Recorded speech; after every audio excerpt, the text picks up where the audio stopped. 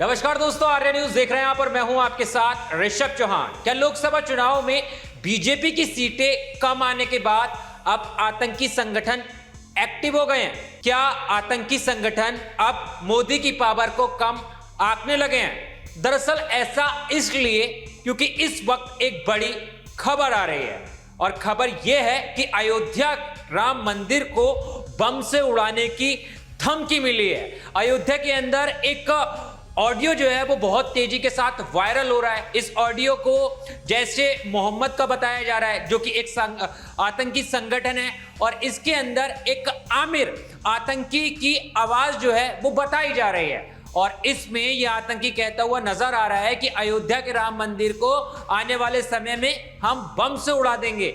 इस अयोध्या राम मंदिर की वजह से हमारे 3 लोगों की कुर्बानी हुई है, और यहां तक कि वो ऑडियो के अंदर काफी सारी बड़ी बड़ी बातें कर रहा है। और ये ऑडियो जो है आतंकी संगठन जैश-ए-मोहम्मद का बताया जा रहा है। इस ऑडियो के वायरल होने के बाद अब अयोध्या के अंदर सिक्योरिटी को काफी ज्यादा टाइट कर दिया गया है। नाके नाके पे अब चेकिंग हो रही है।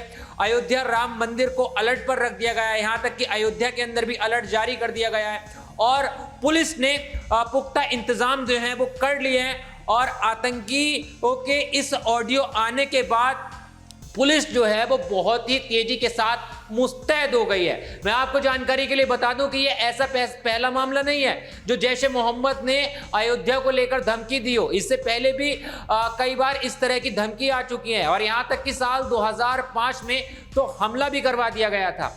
लेकिन अयोध्या की तैयारी, अयोध्या को सुरक्षित रखने की तैयारी के लिए सरकार पूरी तरह से एक्टिव है, और वो इन आतंकियों की नाक में नकेल कसने के लिए भी तैयार है, क्योंकि अयोध्या के अंदर अब आने वाले समय में एनएसजी कमांडो जो हैं वो एक्टिव हो जाएंगे, और अयोध्या अब एनएसजी कमांडो का एक हब होगा। लेकिन यहां पर सवाल यह उठ रहा है कि इस तरह के आतंकी संगठन जो हैं वो उस वक्त एक्टिव हुए हैं जब देश के अंदर लोकसभा चुनाव खत्म हुए हैं और बीजेपी की लोकसभा चुनाव में सीटें कम आई हैं, और यहां तक कि अयोध्या में हार का सामना करना पड़ा है। तो इसके बाद ऐसा लग रहा है कि आतंकवादी इससे मोदी की पावर जो है वो कम समझ रहे हैं। यानी देश के प्रधानमंत्री नरेंद्र मोदी हैं जो कि लगातार आतंकी संगठनों को उनके घर में घुस के उन्हें नसीहत देते रहते हैं, उन पर लगातार उन्हें सबक सिखाते हैं, और अब वो ऐसा मान रहे हैं कि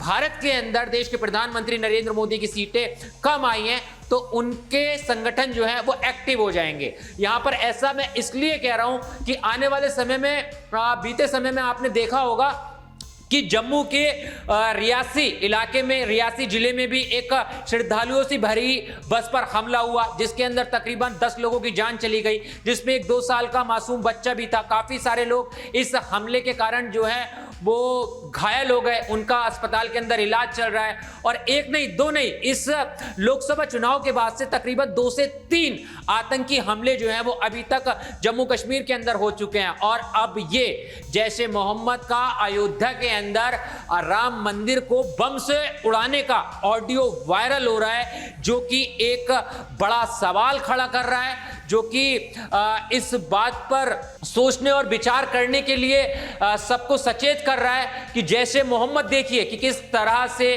प्रधानमंत्री की पावर को अब कम आंकने लगा है, क्योंकि अयोध्या के अंदर बीजेपी हार चुकी है, लोकसभा चुनाव में भी कम आई हैं। लेकिन यहां पर अब आने वाला समय ही बताएगा कि इन आतंकियों को नरेंद्र मोदी किस तरह से सबक सिखाते हैं। चाहे कितने ही ऑडियो वायरल कर लें, चाहे कितने ही धमकियां दे लें हमारे भारत को, देश के अंदर बीजेपी की सरकार जो है उसकी सीटें कम आई हैं, लेकिन देश का प्रधानमंत्री नरेंद्र मोदी ही है। आपकी इस पूरे मामले पर क्या राय है, और ये जो अयोध्या को अब धमकी भरा ऑडियो मिला है इस पर आप क्या कहना चाहेंगे? एक बार कमेंट्स बॉक्स में जरूर बताना। देश और दुनिया की तमाम खबरों के लिए आर्य न्यूज को फॉलो कर लेना। मिलता हूं आपसे किसी और वीडियो में। जय हिंद।